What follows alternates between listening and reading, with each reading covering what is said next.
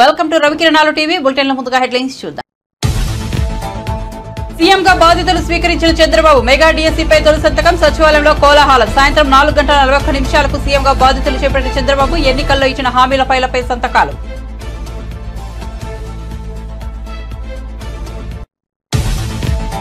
ఇటీవల ఎన్నికల్లో వైసీపీ ఘోర పరాజయం. ప్రస్తుతం కూటమి హనీమూన్ నడుస్తోందన్న జగన్. శిశుపాలుడు మాదిరి చంద్రబాబు తప్పులను కూడా లెక్కిద్దామని పిలుపు. చంద్రబాబు పాలనలో త్వరగా తప్పులు పండుతాయని వెల్లడి.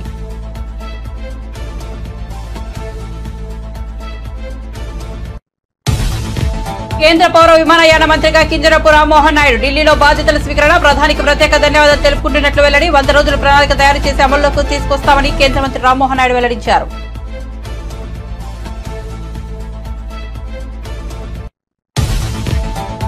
జగన్ గురించి మాట్లాడడం ఇక వేస్ట్ అన్న ఎమ్మెల్యే రఘురామకృష్ణరాజు. నాపై కస్టడీ టార్చర్ జరిగింది కాబట్టి పోలీస్ కంప్లైంట్ ఇచ్చా. నాకే న్యాయం జరగకుంటే ప్రజలకు నమ్మకం పోతుందని వ్యాఖ్య. కంప్లైంట్ ఇచ్చే విషయంలో తాను ఎవరితోనూ మాట్లాడలేదని వివరణ.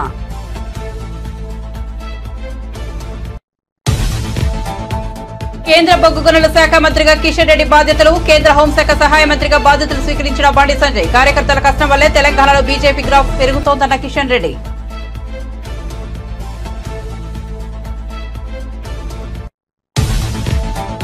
యడియూరప్పకు నాన్ బెయిలబుల్ అరెస్ట్ వారెంట్ జారీ. ఫోక్సో కేసులో వారెంట్ జారీ చేసిన బెంగళూరు స్పెషల్ కోర్టు. 17 ఏళ్ల బాలికపై లైంగిక దాడి కేసులో యడియూరప్పపై కేసు నమోదు. విచారణకు హాజరు కావాలని ఇప్పటికే సిఐడి నోటీసులు. విచారణకు హాజరవుతానని చెప్పిన మాజీ సీఎం.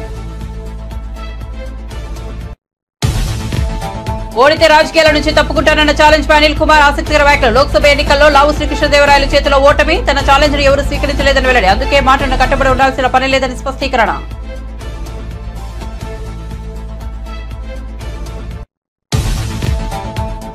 కొన్నాళ్ల కిందటే వరలక్ష్మి శరత్ కుమార్ నిశ్చితార్థం. జూలైలో వివాహం. ప్రముఖులను స్వయంగా తన పెళ్లికి ఆహ్వానిస్తున్న వరలక్ష్మి.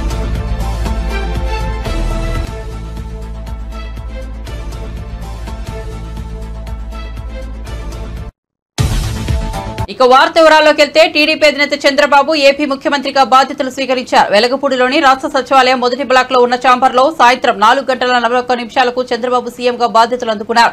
అనంతరం ఎన్నికల్లో ఇచ్చిన ముఖ్యమైన హామీలకు సంబంధించి ఫైళ్లపై సంతకాలు చేశారు. చంద్రబాబు తన తొలి సంతకం మెగా డిఎస్సీపై చేశారు. ల్యాండ్ టైటిలింగ్ యాక్ట్పై 2వ సంతకం చేశారు. పెన్షన్ 4,000కు పెంచే ఫైలుపై 3వ సంతకం చేశారు. కాగా సీఎం ఛాంబర్లో చంద్రబాబుకు టీడీపీ అగ్రనేతలు, అధికారులు, విద్యార్థులు శుభాకాంక్షలు తెలిపారు. చంద్రబాబు బాధ్యతలు స్వీకరించిన సందర్భంగా రాష్ట్ర సీఎస్ నీరవ్ కుమార్ ప్రసాద్, డీజీపీ హరీష్ కుమార్ గుప్తా శుభాకాంక్షలు తెలియజేశారు.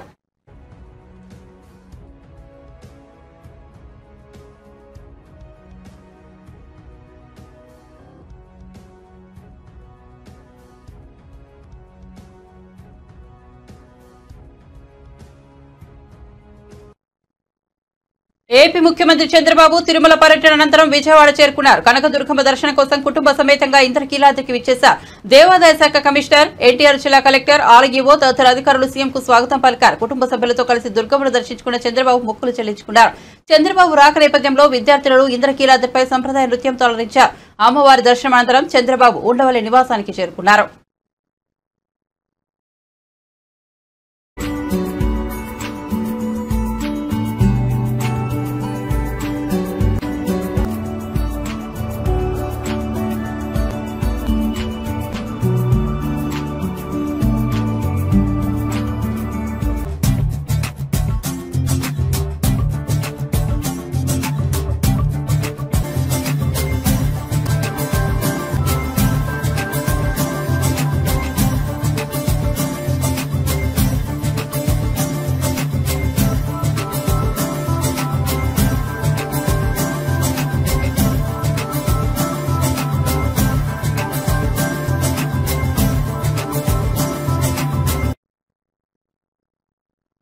ప్రస్తుతం రాష్ట్రంలో టీడీపీ కూటమి హనీమూన్ నడుస్తోందని, వాళ్లకు కొంత సమయం ఇచ్చిన తర్వాత పోరాటం మొదలు పెడదామని మాజీ సీఎం జగన్ అన్నారు.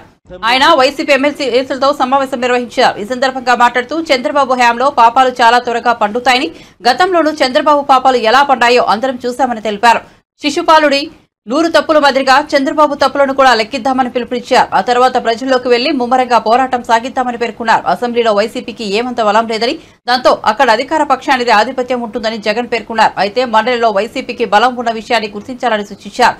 తమను ఎవరూ ఏమీ చేయలేరని, మహా అయితే 4 కేసులు పెడతారేమో అని జగన్ వ్యాఖ్యానించారు.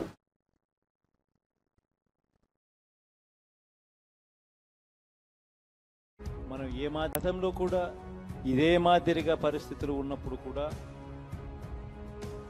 మనం ఏ మాదిరిగా పైకి లేచాము అన్నది కూడా మీ అందరికీ తెలిసిన విషయం.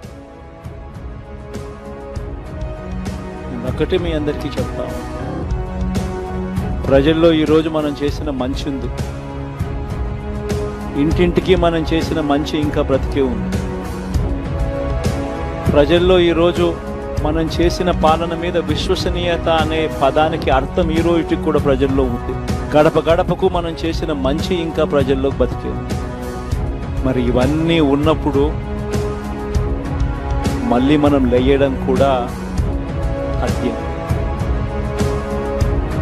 కాకపోతే కొంచెం టైం పడుతుంది. ఆ టైం ఇవ్వాలి. ఆ టైం ఇచ్చినప్పుడు, అది జరిగినప్పుడు, పాపాలు పండినప్పుడు ఖచ్చితంగా మళ్ళీ మనం పైకి లేస్తాం. ఈ విషయం ప్రతి ఒక్కరం కూడా గుర్తుపెట్టుకోవాలి. ఎందుకు ఈ మాట కూడా చెప్తా ఉన్నానంటే, రాజకీయాలలో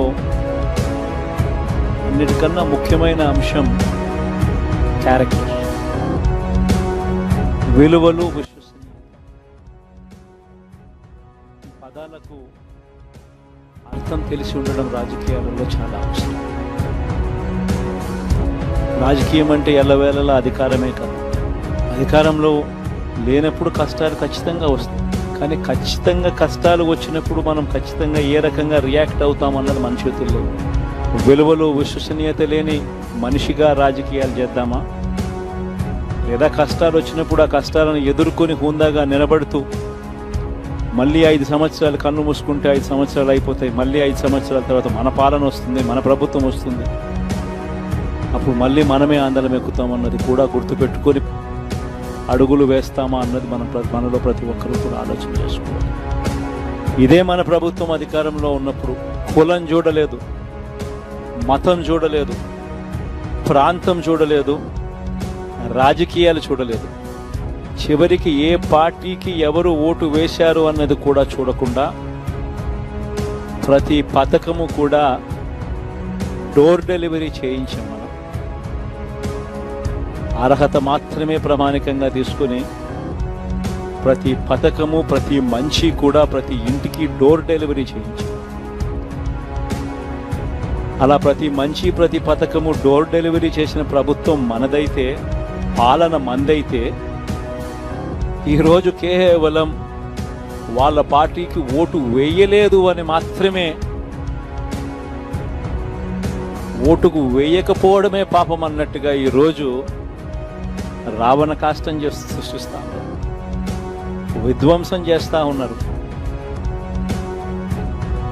ఆస్తులు నష్టం చేస్తున్నారు, కొడతా ఉన్నారు, అవమానిస్తూ ఉన్నారు. ఇవన్నీ శిశుపాలుని పాపాల్లో భాగాలుగా ఇవన్నీ అప్పుడే పాపాలు మొదలయ్యాయి.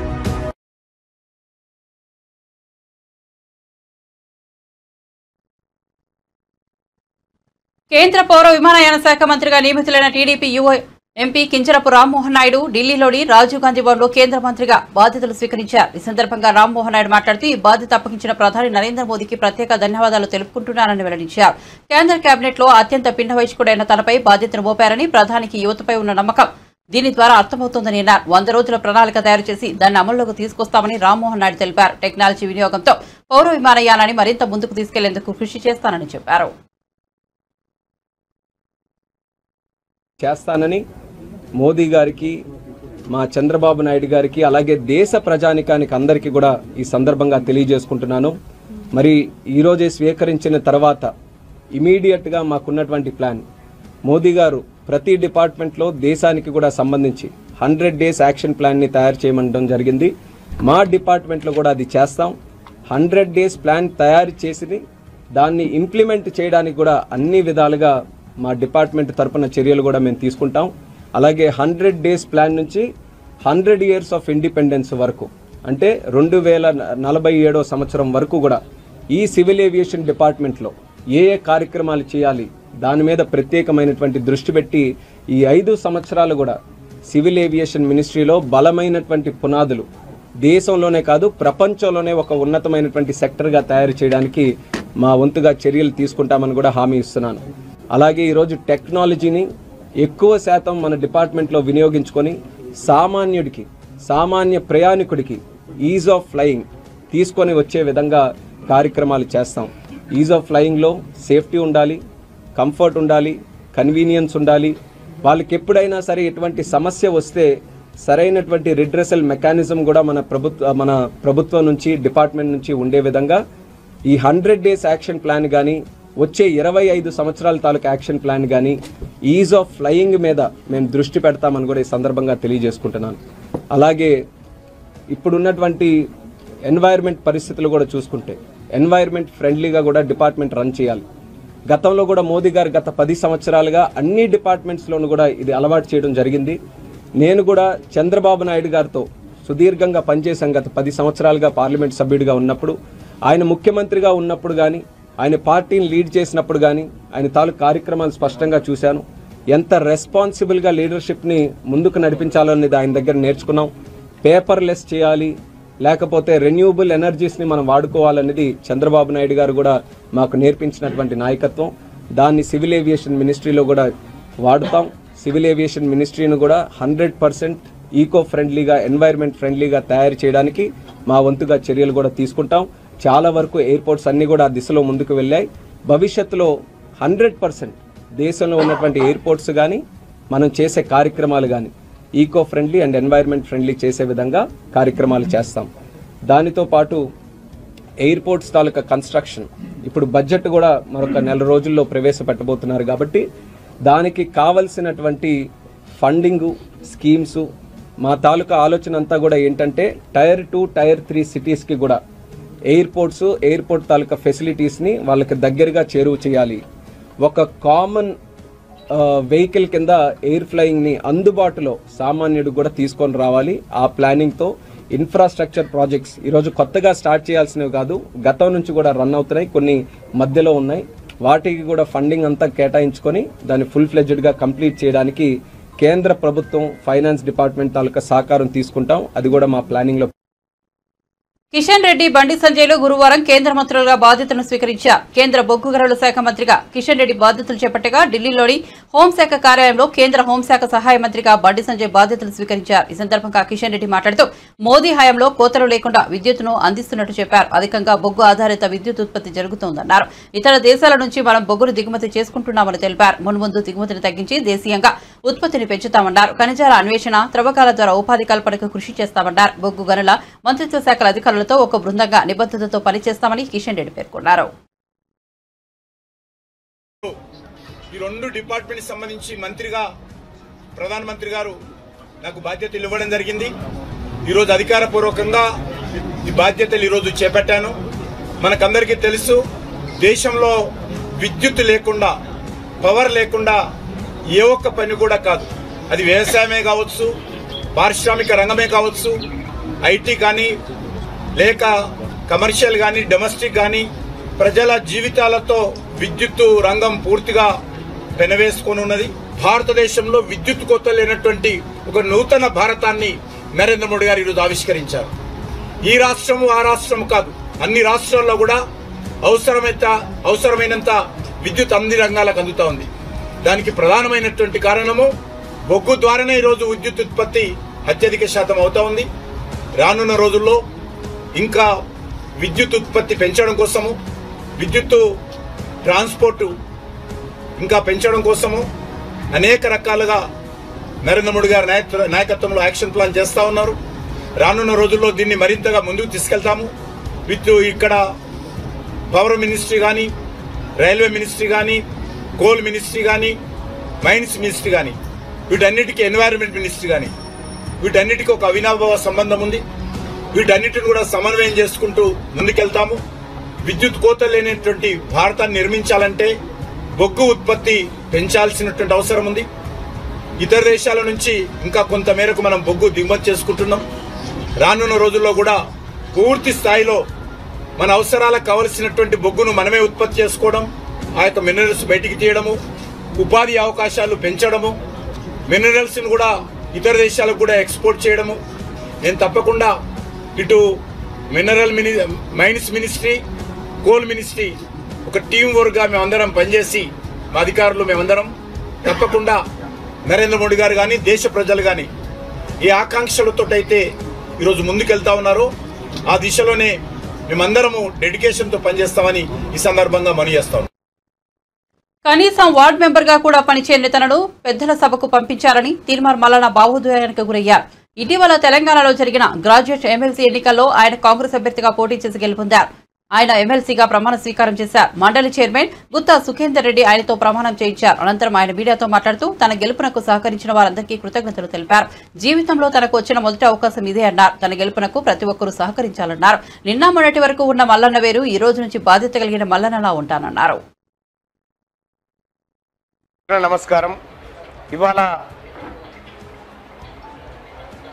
శాసన మండలి సభ్యుడిగా గౌరవ చైర్మన్ గారి సమక్షంలో ప్రమాణం చేయడం జరిగింది.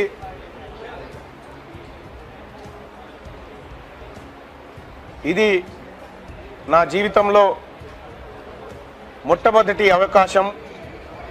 నేను ఇప్పటివరకు ఏ చిన్న వార్డు మెంబర్గా కూడా చేయలేదు. మొదటిసారిగా శాసన మండలి సభ్యుడిగా పట్టభద్రులందరూ నన్ను ఆశీర్వదించి ఇక్కడికి పంపించడం, వాళ్ళందరి ఆశయాలను నిలబెట్టడం కోసం వారి ప్రతినిధిగా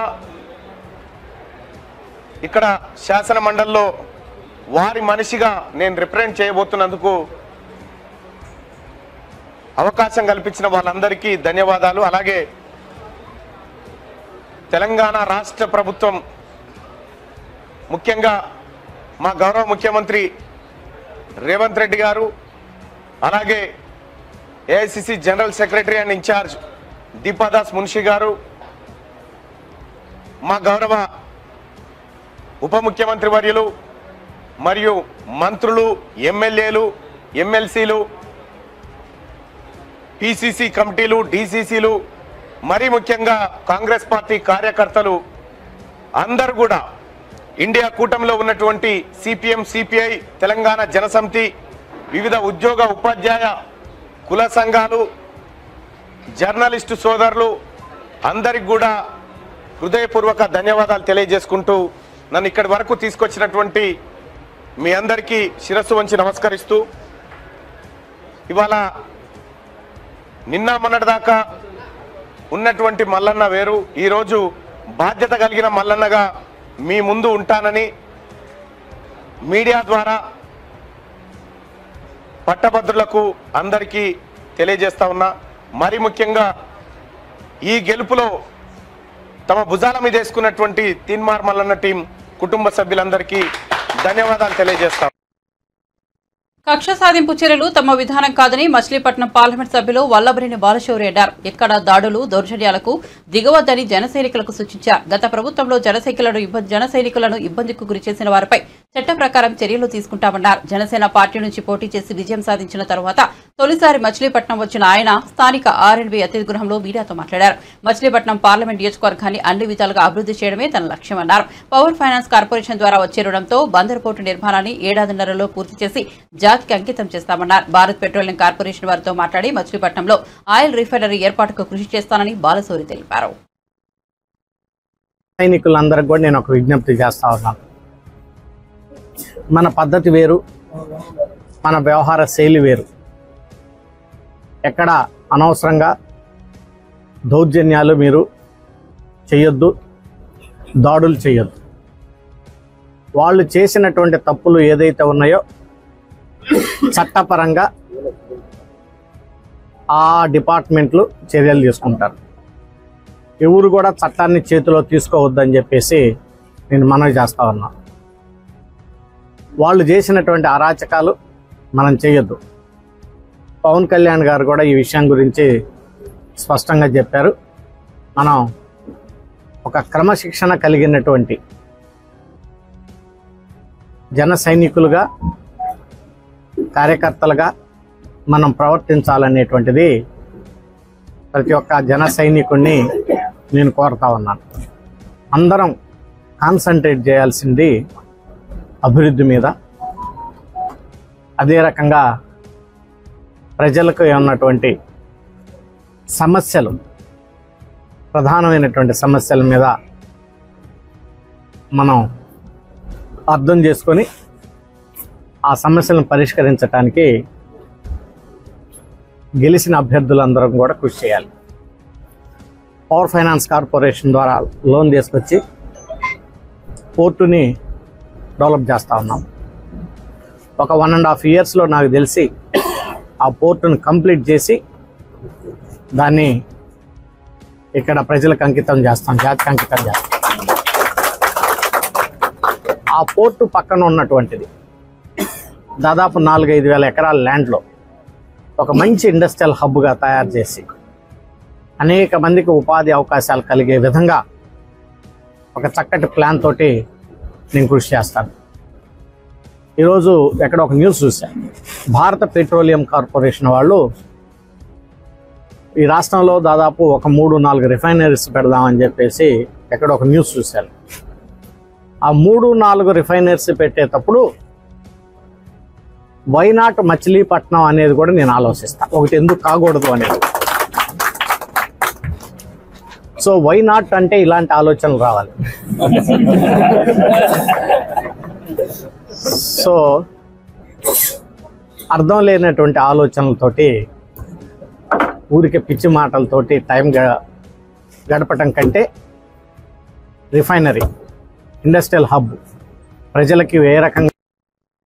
ఎన్నికల సమయంలో మాజీ మంత్రి అనిల్ కుమార్ యాదవ్ చేసిన ఛాలెంజ్ గురించి ప్రస్తావించారు. పల్నాడులో ఓడిపోతే రాజకీయాల నుంచి తప్పుకుంటా అని సవాల్ చేశారు. ఆ విషయాన్ని తెలుగుదేశం పార్టీ శ్రేణులు ప్రస్తావిస్తున్నాయి. దీంతో అనిల్ కుమార్ యాదవ్ మీడియా ముందుకు వచ్చారు. ఎన్నికల్లో ఓటమి తదితర అంశాలపై మాట్లాడారు. రాజకీయాల గురించి తప్పుకుంటారని అనే అంశంపై గురించి కూడా మాట్లాడారు. 29కి ఏ విధంగా బౌన్స్ బ్యాక్ అవ్వాలి, ఏ విధంగా ప్రజలకు అండ ఉండాలి అంతా కూడా రచిస్తారు. ముఖ్యమంత్రి మా జగనన్న తప్పకుండా బౌన్స్ బ్యాక్ అవుతాం, తప్పకుండా వస్తామని చెప్పి తెలియజేస్తాం.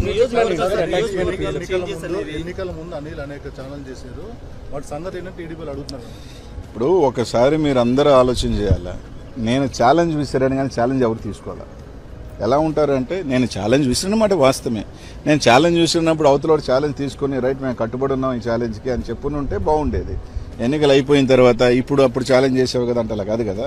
నేను ఒక సవాల్ విసిరినప్పుడు ఆ సవాల్ స్వీకరించేవాడు కూడా స్వీకరించుకొని చేస్తుంటే బాగుండేది. రైట్, ఏదో సామెత ఒకటి ఉంది, హనుమాన్ జంక్షన్లో నాకు బాగా నచ్చిన డైలాగు, గెలిచినోడు చెప్తాడు ఓడినోడు వినాలని. ఈరోజు వాళ్ళు చెప్తున్నారు, మేము వింటాం, పర్వాలేదు. ఈరోజు వాళ్ళు ఏదైనా చెప్తున్నారు, రైట్, వాళ్ళు ట్రోల్ చేసుకుంటున్నారు, చేసుకునే అబ్బాయి ఇబ్బంది ఏం లేదు. ట్రోల్ చేసుకునే స్థాయిలో మేము ఉన్నామంటే మేము ఎదిగినట్టే. We are in public. Good publicity or bad publicity is a publicity.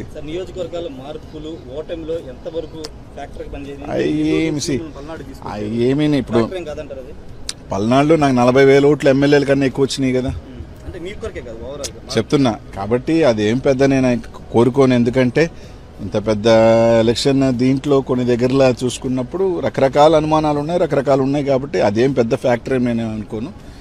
Various reasons అన్వేషిస్తూ ఉన్నారు. కొన్ని మాకు తెలుసుకోని కారణాలు, మా నాయకులు కూడా కారణాలు ఎందుకు పోయినాయి, రకరకాల కారణాలని వాళ్ళు అన్వేషిస్తున్నారు, మేము అన్వేషిస్తున్నాం. తప్పకుండా దాన్ని అంతా కూడా ఓవర్ హెడ్ చేసుకొని వాళ్ళు ఇచ్చిన హామీలు కానీ రకరకాలు కానీ ఖచ్చితంగా నిలబడి వాళ్ళు చెప్పిన హామీలు ఉన్నాయి కదా, అవి కూడా ప్రజలకు చేయాలా. చేయకపోతే తప్పకుండా ప్రజాపక్షాన్ని నిలబడతాం. తప్పకుండా ప్రతి ఒక్క కార్యకర్త కూడా జగన్మోహన్ రెడ్డి గారు అండగా ఉంటారు, మేము అందరం కూడా అండగా ఉంటాం. తొందరలోనే దానికి సంబంధించింది కూడా ఇది చేస్తాం. తప్పకుండానే అందరం కూడా ఎప్పుడు కూడా ఏ గవర్నమెంట్కైనా కూడా కొంత టైం అనేది ఇస్తారు. ఎవరైనా కూడా ఒక 6 months 1 year దేనికైనా కూడా స్టార్టింగ్ పీరియడ్ ఉంటుంది. వేచి ఉంటాం. తప్పకుండా వాచ్ చేస్తాం, చూస్తాం. మంచి చేస్తే తప్పకుండా మంచి చేయాలని కోరుకుంటాం. నేను అనలేదే నేను అనలేదే నేను అనలేదే అన్నమాట. తప్పకుండా నేను చెప్పేది అంటే పవన్ కళ్యాణ్ గేట్ దాటలేదు. ఫస్ట్ ఆఫ్ ఆల్ నేను అనలేదు. ఫస్ట్ ఆఫ్ ఆల్ అది నేను అనలేదు, పక్కన పెట్టుకోండి. రైట్, ఇదే పవన్ కళ్యాణ్ గారు గతంలో ఓడిపోయారు, ఇప్పుడు గెలిచారు, అంతే. దాంట్లో ఏముంది? రేపు అనేది మళ్ళీ ఉంటుంది కదా రాజకీయాల్లో. It is a cycle. Congress party 10 years ఉంది, 15 years లేదు. చంద్రబాబు నాయుడు గారు కూడా 4 సార్లు ఓడిపోయారు, మళ్ళీ వచ్చారు కదా. అలా అని రేపు రాలేని ఎలా అనుకుంటాం? సరే, ఎవరు అనుకోవటం వాళ్ళ ఉద్దేశంలో మేము రాము అని అనుకుంటున్నారు. మేము ఎలా బౌన్స్ బ్యాక్ అవ్వాలని మేము అనుకుంటున్నాం, అంతే.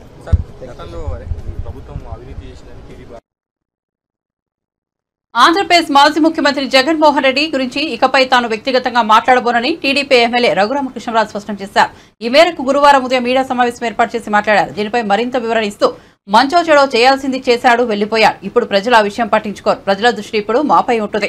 కొత్త ప్రభుత్వం ఎన్నికల హామీలు నెరవేర్చుకుంటుందా, ఎలా నెరవేర్చుతుందనే చూస్తారు. అందుకే మేం కూడా మా హామీలను అమలు చేసే విషయంపైనే దృష్టి కేంద్రీకరిస్తామని రఘురామన్ అన్నారు. ఇకపై జగన్ పై కానీ వైసీపీ పైన కానీ ప్రజల దృష్టి ఉండకూడదు అని కూడా వివరించారు. ఎన్నికల ఫలితాల తర్వాత జరిగిన తొలి సమావేశంలో ఎమ్మెల్యేలను ఉద్దేశించి తమ పార్టీ నేత చంద్రబాబు మాట్లాడుతూ ప్రజలు మనకు అధికారం ఇవ్వలేదు, బాధ్యతను కట్టబెట్టారని చెప్పారు. అందుకే మనం దాడులు అవి ఇవి చేయొద్దని అందరికీ స్పష్టం చేశారన్నారు. తప్పు చేసిన వాళ్ళను చట్ట ప్రకారం శిక్షించాలని చెప్పారన్నారు. అందుకే తనపై జరిగిన కస్టోడియల్ దాడిపై పోలీసులకు ఫిర్యాదు చేశానని రఘురామ వివరించారు. అది పిచ్చి ఆసుపత్రిలో చేసుకోవాలి. అక్కడ ప్రమాణ స్వీకారాలు ఏంటి, ప్రజల ఓట్లన్నీ అక్కడ పడిపోయినాయి. చాలా దారుణంగా ఉన్న పరిస్థితి. పందాలు కాయకండి రా బాబు, తర్వాత మళ్ళీ మీరు ఇబ్బంది పడతారని కూడా చెప్పా. ఆ పందాలు కాసుకున్న వాళ్ళు కొద్దిమంది ఆత్మహత్య చేసుకుంటున్నారు. సో మనస్తాపంతో ఆత్మహత్య అని చెప్పి, వైసీపీ రాలేదని మనస్తాపంతో ఆత్మహత్యలు అని చెప్పి, మళ్ళీ దానికి ఒక డిఫరెంట్ మీనింగ్. మళ్ళీ జగన్మోహన్ రెడ్డి గారు బహుశా ఓదార్పు యాత్ర 2.0 స్టార్ట్ చేస్తారేమో, నాకు తెలియదు. నేను ఇంకా ఈ రోజు నుంచి వ్యక్తిగతంగా జగన్మోహన్ రెడ్డి గారి గురించి నేను మాట్లాడుకుంటున్నాను. ఎందుకంటే ఆయన భాషలో చెప్పాలంటే మంచో షేడో, ఆయన చేయాల్సింది చేశాడు, వెళ్ళిపోయాడు. ఇప్పుడు జనాలు చూసేది మేమేం చేస్తాం, మేము ఇచ్చిన హామీలు ఎలా నెరవేరుస్తాం. ఎన్నో హామీలు ఇచ్చాం, ఆ హామీలు నెరవేరుస్తారా లేదా అనే దాని మీద జనం దృష్టి ఉంటుంది తప్ప జనాల దృష్టి ఇంకా జగన్మోహన్ రెడ్డి గారి మీద కానీ వైఎస్ఆర్ కాంగ్రెస్ పార్టీ మీద కానీ ఉండకూడదు కూడా, అనవసరం. ఇప్పుడు మేము మాట ఇచ్చాం, మా మాట ప్రజలు విశ్వసించారు. జగన్మోహన్ రెడ్డిని కాదనుకున్నారు. మాకు మేము ఊహించిన దానికన్నా కూడా పెద్ద అందలం ఎక్కించారు. మొన్న మా ఎమ్మెల్యేల మీటింగ్లో కూడా చంద్రబాబు నాయుడు గారు అదే స్పష్టంగా చెప్పారు. మనకి ప్రజలు అధికారం ఇవ్వలేదు, మనకి ప్రజలు ఒక బాధ్యత అప్పచెప్పారు. ఆ బాధ్యతని సక్రమంగా నిర్వహించాలి. దాడులు ఇటువంటివి మనం చేయకూడదు. చట్ట ప్రకారం తప్పు చేసిన వాళ్ళని శిక్షించాలి. సో దీనికి ఒకరోజు ముందుగానే నేను చట్ట ప్రకారం ఒక పోలీస్ కంప్లైంట్ కూడా ఇవ్వడం జరిగింది. బహుశా నేడో రేపో మరి నిన్నటి వరకు పోలీస్ అంతా కూడా ప్రమాణ స్వీకార ఏర్పాట్లో ఉంది కాబట్టి బహుశా 1-2 రోజుల్లో మరి అది ఎఫ్ఐఆర్ కూడా నా కస్టోడియల్ టాస్క్. కర్ణాటక మాజీ ముఖ్యమంత్రి బీజేపీ నేత యడియూరప్పకు నాన్ బెయిలబుల్ అరెస్టు వారెంట్ జారీ అయింది. పోక్సో కేసులో ఆయనకు బెంగళూరు స్పెషల్ కోర్టు ఈ వారెంట్ను జారీ చేసింది. దర్యాప్తు సంస్థ ఆయన అరెస్ట్ చేసే అవకాశాలు కనిపిస్తున్నాయి. 17 ఏళ్ల బాలికపై లైంగిక దాడి కేసులో యడియూరప్పపై కేసు నమోదైంది. ఈ కేసుకు సంబంధించి విచారణకు హాజరు కావాలని సిఐడి మాజీ ముఖ్యమంత్రికి నోటీసులు ఇచ్చింది. విచారణకు హాజరవుతారని ఆయన దర్యాప్తు సంస్థకు సమాధానమిచ్చారు. బులెటిన్ ముగించే ముందు హెడ్లైన్స్ మరోసారి చూద్దాం. సీఎంగా బాధ్యతలు స్వీకరించిన చంద్రబాబు మెగా డీఎస్సీపై తొలి సంతకం. సచివాలయంలో కోలాహలం. సాయంత్రం 4:41 సీఎంగా బాధ్యతలు చేపట్టిన చంద్రబాబు ఎన్నికల్లో ఇచ్చిన హామీల ఫైళ్లపై సంతకాలు.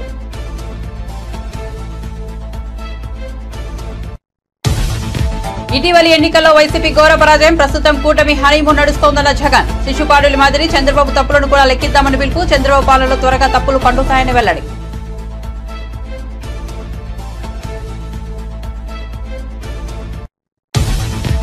కేంద్ర పౌర విమానయాన మంత్రిగా కింజరపు రామ్మోహన్ నాయుడు ఢిల్లీలో బాధ్యతల స్వీకరణ. ప్రధానికి ప్రత్యేక ధన్యవాదాలు తెలుపుకుంటున్నట్లు వెల్లడి. 100 రోజుల ప్రణాళిక తయారు చేసి అమల్లోకి తీసుకొస్తామన్న కేంద్ర మంత్రి రామ్మోహన్.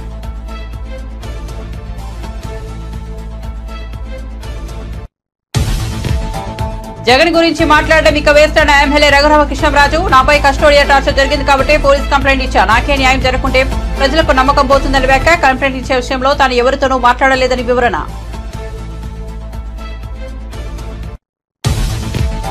కేంద్ర బొగ్గు గనుల శాఖ మంత్రిగా కిషన్ రెడ్డి బాధ్యతలు. కేంద్ర హోంశాఖ సహాయ మంత్రిగా బాధ్యతలు స్వీకరించిన బండి సంజయ్. కార్యకర్తల కష్టం వల్లే తెలంగాణలో బీజేపీ గ్రాఫ్ పెరుగుతోందన్న కిషన్ రెడ్డి.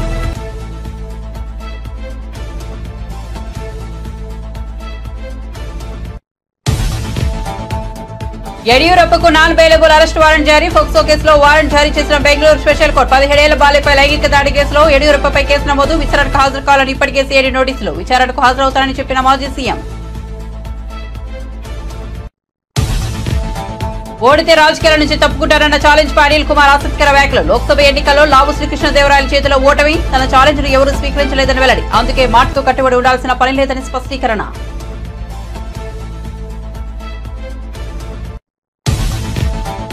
కొన్నాళ్ల కిందటే వరలక్ష్మి శరత్ కుమార్ నిశ్చితార్థం. జూలైలో వివాహం. ప్రముఖులను స్వయంగా తన పెళ్లికి ఆహ్వానిస్తున్న వరలక్ష్మి.